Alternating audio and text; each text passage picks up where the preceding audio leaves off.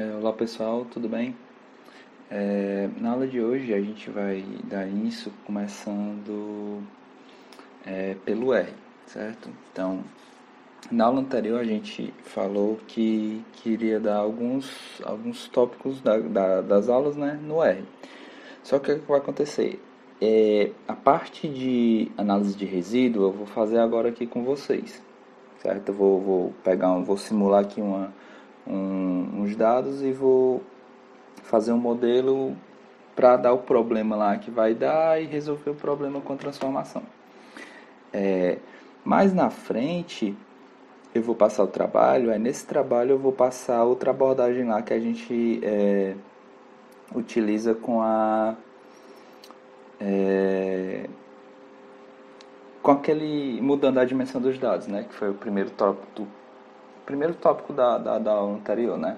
Então, assim, na aula de hoje, eu vou fazer um código aqui que eu vou meio que gerar dados que vão dar problema na análise de resíduo. O gráfico ele vai ser de uma forma e eu vou usar uma transformação. Essa transformação não vai ser a transformação logarítmica foi a que a gente viu na aula passada, mas vai ser a transformação com o termo ao quadrado. E vocês vão ver que essa transformação ela vai solucionar e vai deixar os resíduos da forma que é para ser, certo? Então, o que é que eu estou fazendo aqui? Esse comando aqui, set.seed, é para criar uma semente aqui. O que é uma semente? Eu estou gerando valores aleatórios aqui de uma distribuição normal. Esse R-norm aqui, ele cria valores aleatórios de uma distribuição normal. Quando eu coloco essa semente aqui, então quer dizer que toda vez que eu gerar esses valores aleatórios, eles serão os mesmos, pois eu estou criando a semente antes. Então toda vida que eu rodar esse código, ele vai criar o mesmo x1 e x2. Se eu não colocasse isso aqui, toda vida que eu fosse rodar isso aqui, ele iria criar novos valores, porque são valores aleatórios, certo? Então eu estou meio que fixando os valores aleatórios. Ele está criando os valores aleatórios, mas eu estou dizendo que eles são oriundos dessa semente aqui, certo? Então primeiro eu rodo a semente, tá? Aí eu vou criar um x1. O que é que eu estou fazendo aqui? Eu estou criando um R-norm, que é um vetor de valores aleatórios de uma distribuição normal, de tamanho 200. Esse primeiro aqui é o tamanho. Depois eu vou comentar esse código aqui e vou disponibilizar para vocês. Esse aqui é o tamanho da minha amostra. Aqui é a média e aqui é a variância. Então vai ser 200 valores de uma normal com média 30 e variância 10, certo? Então aqui vai ser minha variável x1. Aqui é a minha variável. Rodei minha variável, o R aqui já guardou esse x1 aqui. E o x2 é a mesma coisa, vai ser tamanho 200, agora com média 50 e variância 10. Ele guardou o meu x2. E o meu mi, ele vai seguir que é a média no caso aqui, que eu vou chamar já do y. Eu chamei um mi, né? Um mu que eu chamei aqui, e ele é uma combinação dessas duas variáveis. E percebam que aqui eu coloquei obrigatoriamente um x1 ao quadrado, certo? Então eu vou rodar isso aqui, e aqui eu vou criar uma variável y, certo? Que ela também vai ser uma distribuição normal, vai ser oriunda de distribuição normal, com média mi, que é esse vetor aqui que eu criei por essa transformação, e variância 20. Então eu já armazeno aqui. Se a gente for ver logo de início, a gente percebe que a gente vai ter que fazer alguma transformação, porque quando eu for plotar o meu y com x1, eu já vou ver um padrão que não é linear. Eu já vejo algo que tem como se fosse uma curvazinha aqui, certo? Então já ligo o sinal de alerta, certo? Mas se a gente for ver e for fazer só o nosso modelo, só o nosso modelozinho aqui, e a gente for estimar ele, só com o y e x1, mesmo ele tendo esse comportamento não linear no caso, a gente vê que na nova eu não rejeito o teste F, Ou seja, na verdade, se é uma regressão linear simples, se eu não rejeito o teste F, o teste T também eu não vou rejeitar, certo? Então, os dois termos aqui, eles são significativos para o nosso modelo. Então, se não tivesse a informação da análise de resíduo, eu poderia basicamente acabar a minha análise aqui e já dizer que o modelo estava adequado. Só que o que acontece? A gente não pode parar só nessa análise, né? A gente tem que fazer uma análise de resíduo para saber se o nosso modelo está certo. Lembrando que eu estou simulando esses valores, eu meio que não estou pegando um exemplo pronto, eu estou pegando um exemplo que eu estou criando as variáveis aqui, eu estou criando essa média aqui com essa combinação, porque eu sei justamente que vai acontecer esse problema aqui, que elas não vão ser lineares. E eu estou fazendo isso para mostrar para vocês que a solução que eu vou fazer, ela vai servir, entendeu? Porque se eu pegasse um modelo mais concreto, ficaria difícil às vezes ter esse problema assim mais da forma que eu queria, entendeu? Por isso que eu estou simulando aqui para vocês. Pronto, então os valores estão ok, no caso da probabilidade, né, do p-valor, eu não rejeito. Desculpa, eu rejeito a hipótese nula, então eles são significativos para o meu modelo, né, o x1 e o intercepto. Só que quando eu for fazer a minha análise de resíduo, que aqui eu estou pegando o que? Estou pegando o resíduo do modelo, certo? E estou fazendo um gráfico com os valores estimados, que é justamente o que a gente fez lá. Deixa eu pegar aqui o slide da aula passada. 17. Estou pegando esse gráfico aqui, ó.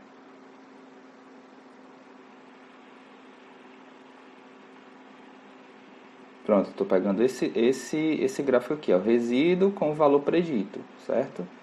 Então aqui, ó, eu estou pegando o resíduo e o valor predito. Se você colocar resíduo modelo, ele vai retornar os resíduos, certo? Para cada observação.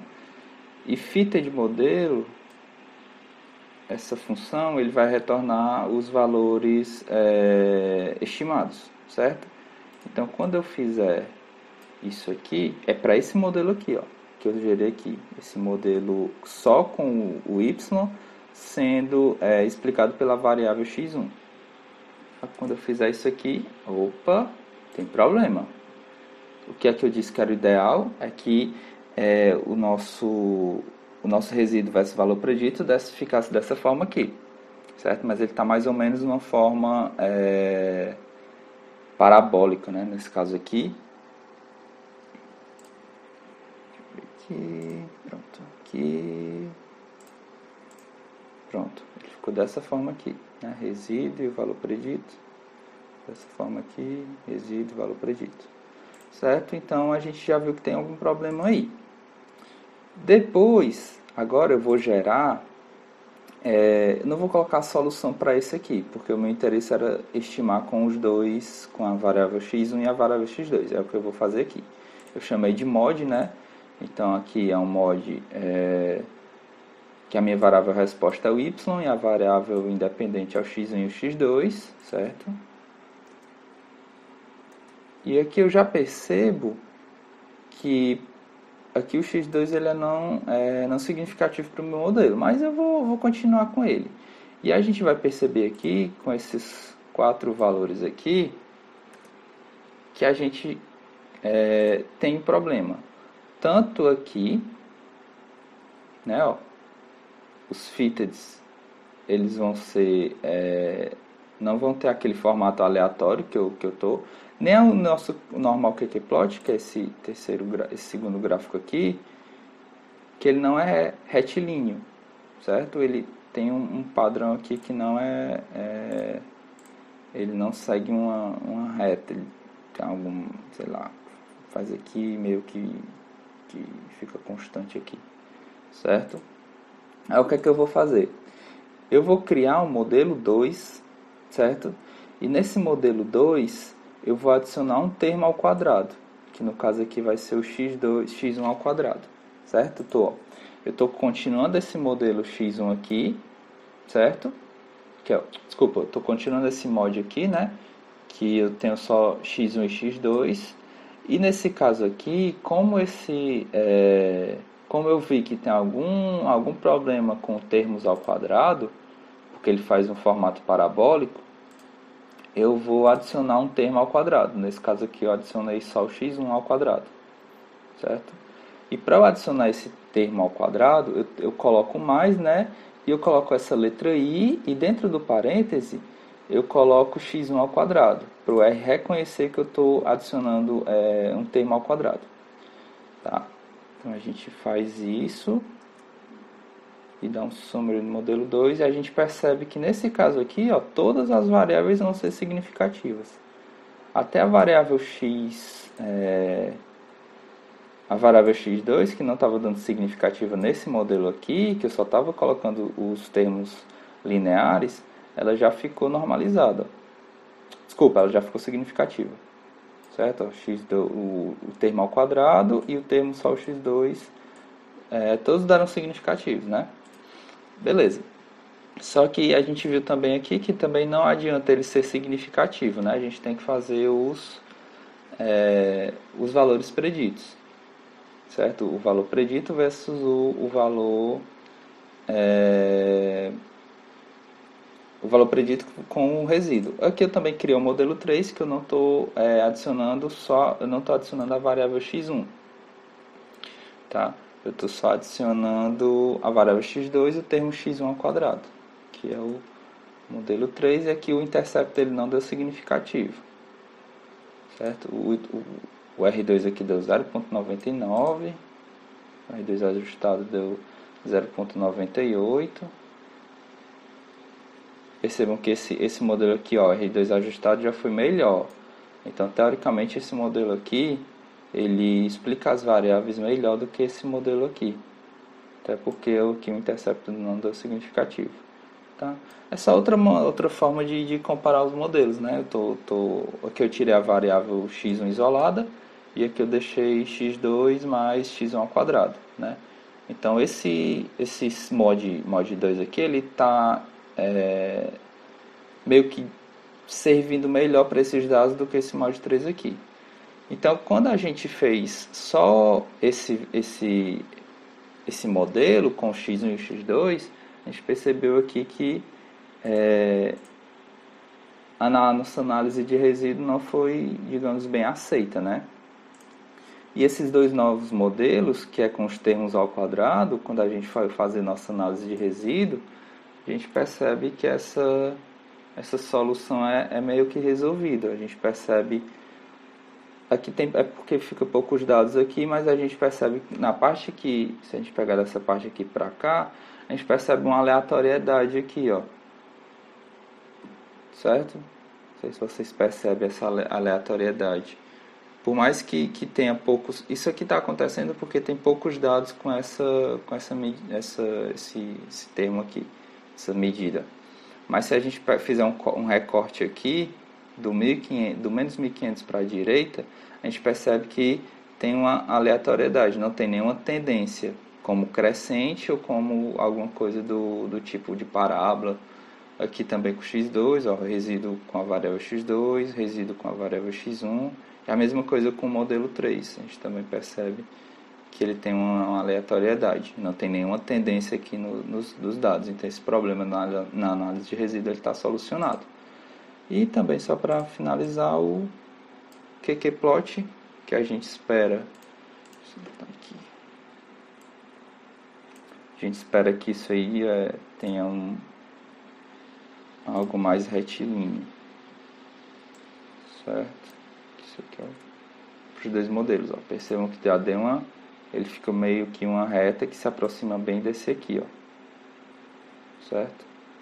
Então aqui a gente tanto normalizou o erro, como solucionou o problema de não ter nenhuma tendência nos nossos dados. Então percebam que eu saí de um modelo que não tinha nenhum termo ao quadrado, né? Que foi uma das soluções que eu falei. Ó, pessoal, quando vocês tiverem um modelo desse tipo aqui, vocês tentem fazer alguma transformação para solucionar esse problema. Foi justamente o que aconteceu aqui. Tá? Então, eu estou estou começando a fazer isso aqui no R, que vai ser também uma das motivações para na explicação, na teoria, já na prática, que a gente vai explicar, entender por que usar esses termos ao quadrado aqui, certo? Porque muitas vezes o nosso modelo, os nossos dados, na verdade, eles pedem para ter esse termo ao quadrado, tá? Para solucionar alguns problemas, certo? Então, só falta ver mesmo quais são as interpretações dos dados, dos coeficientes, no caso, desses termos, e isso aí a gente vai ver agora quando a gente for na aula teórica, certo? Certo, então agora a gente vai falar sobre alguns modelos, tá? O primeiro modelo é o modelo com função logarítmica, que a gente já viu na aula passada, só que aqui eu vou fazer um exemplo para mostrar na prática como é que a gente vai trabalhar a interpretação dos parâmetros com ele, né? O segundo modelo é o modelo com função quadrática, que a gente já abordou no tópico passado, né? No R, a gente já viu mais ou menos, só que aqui eu vou dar outra explicação também para a utilização dele. E o terceiro modelo será um modelo com termos de interação. Também vou falar um pouco da utilidade dele na nossa interpretação, certo? Então, esse modelo aqui, a gente já viu como é que implementa ele no R, que é utilizando aquele termo i, entre parênteses, e coloca o dado ao quadrado, né? No caso é o vetor ao quadrado. Esses dois modelos eu também vou fazer já no R para vocês verem como é que fica ele implementado, certo? Então vamos começar aqui com o exemplo da função logarítmica, que eu acho que fica mais fácil de entender, tá? Então tenho aqui, nesse caso aqui eu vou ter agora o log preço, né, da casa. O preço eu vou colocar ele em logaritmo, só que aqui não era para ter colocado log, era para ser ln, tá? Então onde tem log aqui, considerem como é ln, tá? Então vai ser ln do preço, e eu vou estimar agora e o modelo vai ficar igual a 9,23, né? Que é o meu termo do intercepto, menos 0,718 log área, mais 0,306 quartos. Talvez eu acho que esse sinal aqui seja positivo, mas eu peguei um exemplo aqui só mesmo para explicar para vocês como é que funciona essa interpretação aqui. Então, como a gente já viu naquela tabelinha lá, que eu mostrei para vocês no final da aula passada, quando eu tenho log com log, a gente vai trabalhar tudo em percentual. Tá? Então, quando eu tenho um aumento de 1% da área, eu não vou trabalhar mais com unidade, porque isso aqui já está em log, isso aqui também está em log. Então, quando eu tiver o aumento de 1% da minha área, certo? Ó, 1% do log, então desculpa, é 1% da área. Quando essa área aumentar em 1% e eu manter, no caso aqui, os quartos constantes, que é quartos, né, rooms, quando eu manter os quartos constantes, o meu preço ele vai diminuir, porque aqui é menos, né? Ele vai diminuir nessa porcentagem aqui, ó, porcentagem de acordo com o meu beta 1.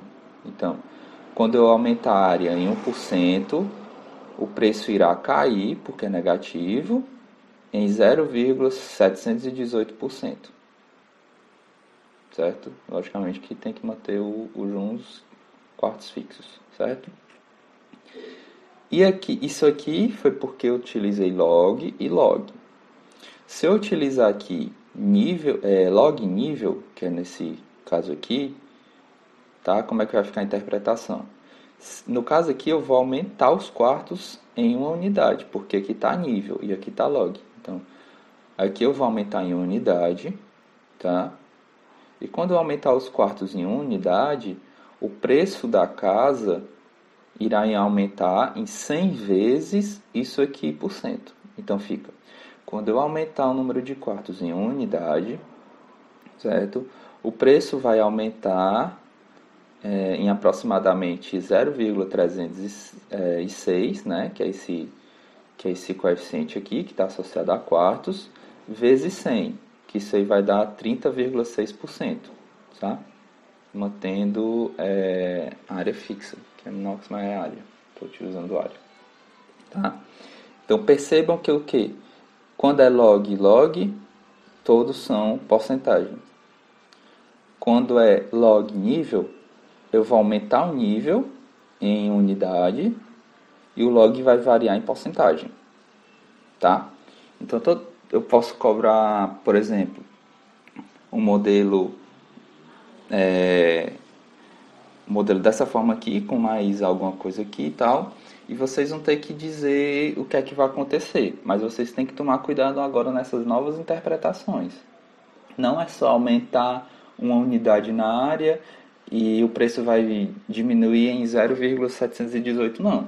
A gente vai ter uma nova interpretação que é justamente porque que a variável está em log e a variável preço também está em log. Então tem uma nova interpretação aqui, certo? Então vocês têm que ficarem atentos nisso, porque posteriormente vocês, quando forem trabalhar for fazer algum modelo, aquela interpretação ceteris paribus, aumentando a unidade, ela não existe mais. Na nossa realidade assim, a gente vai trabalhar muito com essas transformações, tanto no log, tanto como adicionando um termo ao quadrado, tanto adicionando uma interação. Aquele primeiro modelo nosso que a gente trabalhava com regressão múltipla, ele é o melhor dos cenários, e a gente sabe que na vida real o melhor dos cenários a gente praticamente usa pouco. Então a gente sempre tem que ter noção do que são essas mudanças de formas funcionais no nosso modelo de regressão, porque vai ser bem utilizado mais na frente. Ou se for para adequabilidade dos dados, se for para, sei lá, digamos, consertar algum tipo de problema na análise de resíduo, se o nosso se é de interesse do pesquisador fazer isso. Então, tudo tem uma interpretação por trás, certo? Então, assim, modelos com função quadrática. Tá? A gente já viu que lá no R, no começo da aula de hoje, que esses modelos aqui eles funcionam para meio que consertar uma análise de resíduo que tem uma forma quadrática, tá? Mas qual é a outra função dele? A gente também utiliza ele para capturar o efeito marginal. Por exemplo, sei lá, se eu quero o efeito marginal de uma variável sobre outra. Efeito marginal a gente lembra que é mais ou menos uma derivada. Então, se eu tirar uma derivada aqui, eu vou ter esse efeito marginal de uma variável sobre a outra. Tá? Então, na análise de resíduo, ou no gráfico de dispersão entre a variável resposta e a variável independente, a gente já pode identificar alguma relação que não seja linear. Tá? Então, a gente vai ter esse modelo aqui, ó, y igual a beta 0 mais beta 1, x mais beta 2, x2 mais o erro. E aqui é o modelo estimado. Percebam que aqui o beta 1 ele não tem mais a condição de medir, no caso, o ceteris paribus, a variação de x a variação de y com relação a x. Por quê? Porque não tem como a gente manter os demais fixos, porque o x aqui já é atrelado a esse x aqui, entendeu? Então, não tem como a gente fixar esse se ele já é dependente desse termo aqui, entendeu? Então, o beta 1 ele não vai mais medir a mudança em x com relação com y em relação, com relação a x. A nossa variação agora vai ser dada dessa forma aqui, ó. A variação do meu y estimado, dado uma variação de x, vai ser aproximadamente o beta 1 mais 2 beta 2 x. O que é que eu estou fazendo? Como é que eu cheguei nesse resultado aqui? Eu simplesmente derivei essa equação aqui com relação a x. Se eu derivar essa equação com relação a x, eu vou chegar nesse resultado aqui, que é justamente o efeito marginal. Tá? Estou derivando essa equação com relação a x e estou obtendo esse termo aqui. Então, toda vida que eu for variar o x, for variar o y com relação a x, a gente percebe que ele não só está atrelado ao beta 1, mas também está atrelado ao beta 2. Então, o beta 1 e o beta 2, eles vão influenciar na mudança do y. Tá? Então, toda vida que a gente tem um modelo dessa forma aqui, a gente pode interpretar ele dessa forma aqui. Ó. Eu tenho aqui um modelo com salário, tá? Com experiência e experiência ao quadrado. Tá? Digamos que eu fiz essa estimação lá. Aqui a gente pode perceber que o beta 1, 0,298, ele é positivo. E o beta 2, que é menos 0,0061, ele é negativo. Tá? O que é que isso aí vai influenciar para a gente? Certo? O que é que esse tipo de modelo ele vai influenciar para a gente? A gente pode perceber que, como é uma equação do segundo grau, ele vai ter um efeito, um formato parabólico. Tá? Já começa aí. Então, o que é que a gente lembra de um formato parabólico? A gente, digamos que, como ele é negativo no beta 2 e positivo no beta 1, a gente vai ter uma parábola virada para baixo, certo? Com a concavidade virada para baixo. Então, o que é que isso quer dizer? Que a gente vai ter algo crescente, né? No caso aqui a gente vai ter salário e... Deixa eu botar aqui para esse gráfico aqui. Ó. Salário e experiência. Então, como a concavidade é virada para baixo, a gente vai ter um salário crescente com determinada experiência, certo? A gente vai chegar num ponto que a gente chama de ponto de inflexão, né?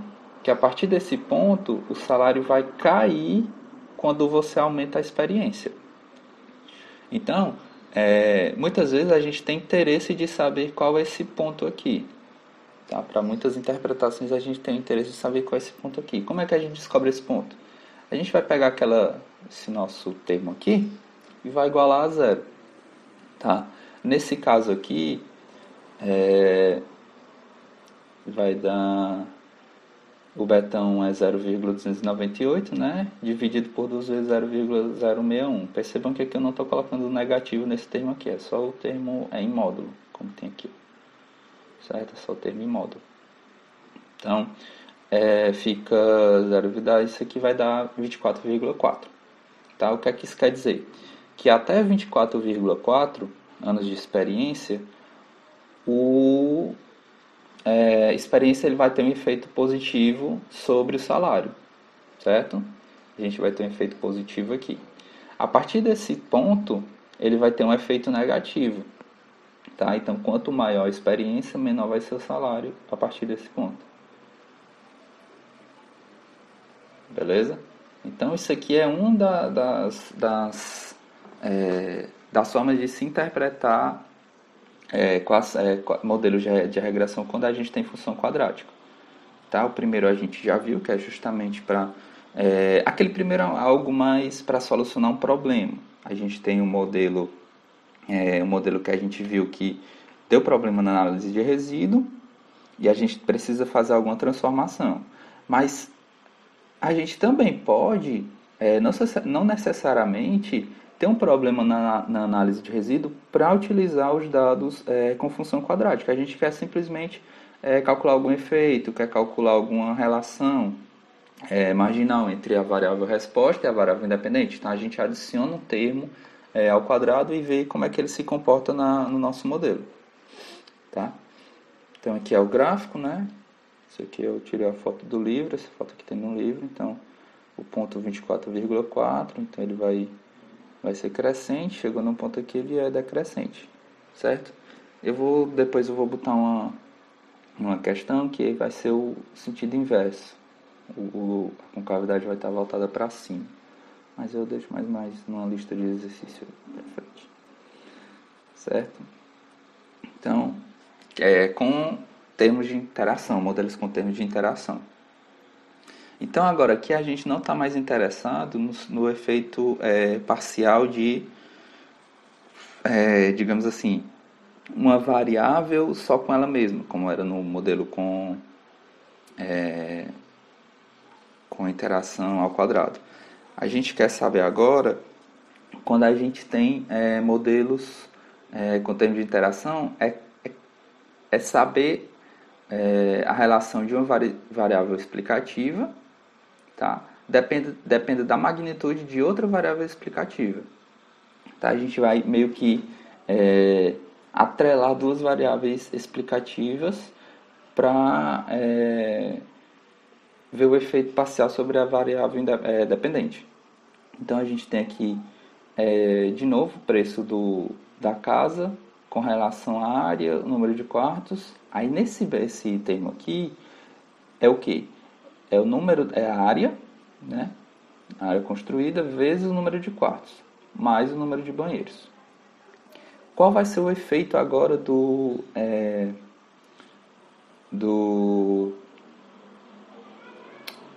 preço no número de... efeito do preço com relação ao número de quartos. Quando a gente for tirar a derivada disso aqui com relação ao número de quartos, isso aqui vai ficar 1, né? Então vai ficar beta 2, isso aqui vai zerar, isso aqui vai zerar. Aqui nesse caso, vai ficar quem? Vai ficar beta 3 vezes a área. Tá? Então o que é que isso quer dizer? Que como existe um efeito de interação entre a área e o número de quartos, essa área aqui ela vai ter atrelada a variação do preço com relação à área, aos quartos. Tá? Então, não vai ser somente o beta 2 que vai, digamos que vai deixar claro qual vai ser o efeito do número de quartos no preço. A gente vai ter agora o beta 3. A gente utiliza muito isso aqui, mais na frente, acho que a partir da próxima aula, quando a gente tem variáveis dummy. A gente usa muito termos de interação. Por quê? Porque variáveis dummy são 0 e 1, valores entre 0 e 1. Então, se eu quiser saber a diferença entre, por exemplo, digamos que eu tenha homens, uma variável sexo e uma variável casado solteiro, tá? E eu quero saber qual é o valor do efeito, por exemplo, no salário. E no caso aqui eu vou fazer uma variável sexo versus casado. Então, dependendo do valor da dummy, eu vou ter, eu vou ter como diferenciar homens casados, homens solteiros, mulheres casadas e mulheres solteiras. Eu não preciso criar cada variável basta eu colocar uma interação lá. Então, eu já sei justamente qual vai ser o efeito acrescentando somente uma variável. Isso é bom para o nosso modelo, certo? É justamente o que eu fiz aqui. Eu criei uma variável área versus número de quartos, vezes número de quartos, e estou dizendo que o efeito do número de quartos agora, sobre o preço, ela vai ser atrelada com o número da área. Então, digamos que o nosso beta 2 seja maior que 0, tá?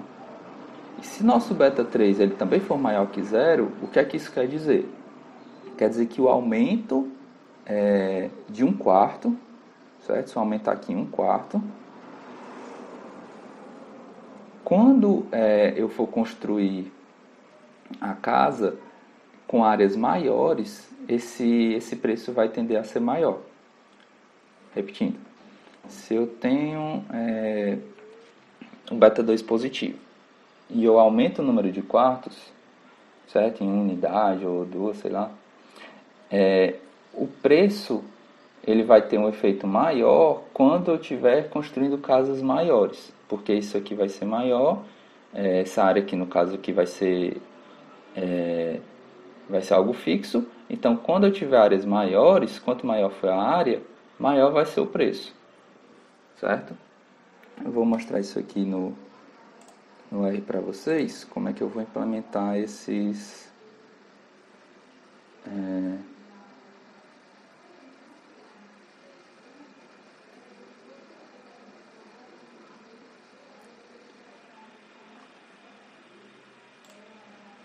eu vou mostrar isso aqui no R para vocês para ver como é que deixa eu criar minhas variáveis aqui. Pronto, já tenho minhas variáveis x, y, x1, x2, y, certo? Então, deixa eu criar aqui, eu vou criar modelo log. Então, esse modelo log, ele vai receber LM. Então, dentro do modelo, eu coloco ln, tá? E aqui y. E faço, no caso aqui, x1, né? Então, esse aqui vai ser um modelo quando eu aplico o ln só na variável resposta. Tá? Esse modelo aí.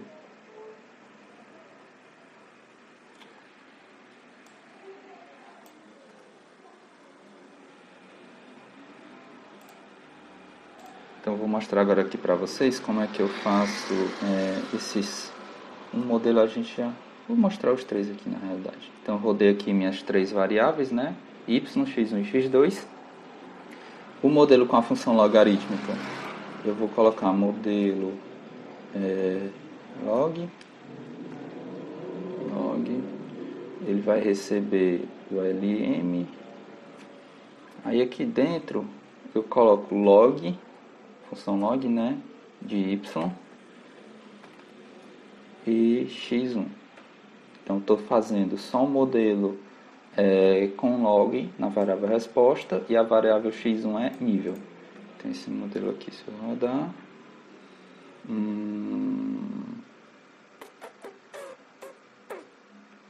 tá, ele deu erro porque eu acho que esse y aqui não podia ser deixa eu ver aqui um summary, acho que vai dar erro, porque o y ele não pode ser colocado com log, eu acho que deve ter alguma restrição lá.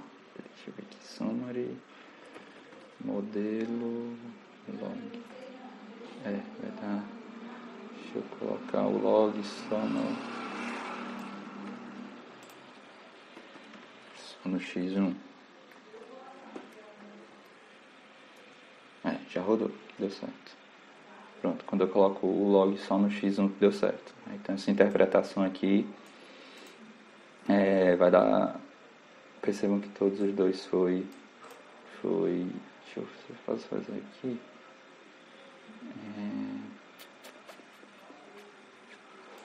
Deixa eu fazer um plot aqui.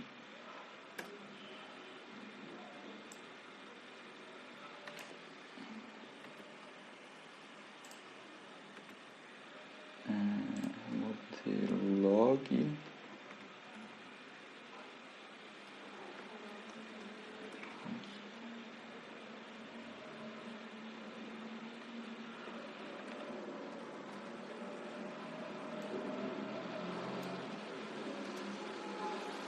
Continua com problema. A gente percebe que ainda tem uma relação que não é linear, por mais que a gente tenha aplicado a variável log. Tá? Então esse aqui quando eu utilizo um modelo log, eu coloco só a função log na variável que eu quero transformar em logarítmica. Tá? O y aqui não deu certo porque eu acho que ele é uma combinação do tipo, deve ter alguma restrição dentro do y, que deve ter valor negativo, alguma coisa do tipo, e o log ele não pode ter, o ln de valores negativos ele não existe, por isso que deu aquele erro. Tá, então esse aqui é o modelo com log. Se a gente quer um modelo com, vou chamar aqui com x2, a gente já viu como é que funciona. Eu vou fazer o lm, né? Aqui eu vou fazer o y. No caso aqui vou chamar x1 mais x2. E aqui eu boto um i. E dentro do parênteses eu coloco x1 ao quadrado. E eu também posso colocar x2 ao quadrado. Tá? Então... o y é a nossa variável resposta, aí x1 é a variável normal, x2 é a variável normal também, e esse termo aqui eu tenho que colocar necessariamente esse i, tá? Eu tenho que colocar dessa forma para o R reconhecer que eu estou adicionando um termo ao quadrado no meu modelo. Da mesma forma eu tenho que colocar o x2 aqui também, tá? E o outro modelo é um modelo com interação. Eu coloco LM, minha variável resposta. Vou colocar x1 mais x2 mais... Aí aqui eu coloco x1, asterisco, x2. Opa, x2. Ele vai reconhecer que... eu tenho que colocar o i também. Ele vai reconhecer que é um termo com interação. Certo? Vou botar suma aqui. Modelo interação. Pronto. O termo aqui é o termo de interação. Não deu significativo para esse nosso modelo aqui. Tá? Então essas são as três formas de eu mudar, de eu estimar as formas funcionais no R, certo? Tem alguma diferenciação. O log ele pode estar tanto na variável dependente como na variável independente, né? Nesse nosso caso aqui, ele tem alguma restrição no y que ele não pode, o y não existe o log do y. E as outras transformações, elas só são nas variáveis independentes, tá? Não faz sentido eu estimar um y ao quadrado, nem um y vezes um x, não. Tá? A gente percebe que aqui só foram as transformações nas variáveis independentes, tá? Então, na próxima aula a gente já vai para outro capítulo, que é a parte de variáveis dummy, que eu acredito que seja a última parte assim de modelo, certo? A gente já viu um modelo simples, a gente já viu múltiplo, a gente já viu transformações nas variáveis, e agora a gente vai trabalhar com outra forma de variável, que é a variável dummy, que é a sua variável binária. Tem mais a variável categórica, tá? Então tem mais dois tipos de modelos que a gente vai ver, certo? Então, na quinta eu já passo o cronograma, como é que vai ser. Na quinta também vai ter a prova de segunda chamada, né? E eu vou passar ainda o trabalho no R, né? Já tô começando a ver aqui como é que vai ser, como é que vai funcionar. E eu também vou entregar a prova de vocês na outra quinta, que a gente já pode, sei lá, fazer uma live nesse dia, alguma coisa do tipo, não sei. A gente vai conversando até lá, certo? Então, é isso aí, até mais, pessoal. Tchau, tchau.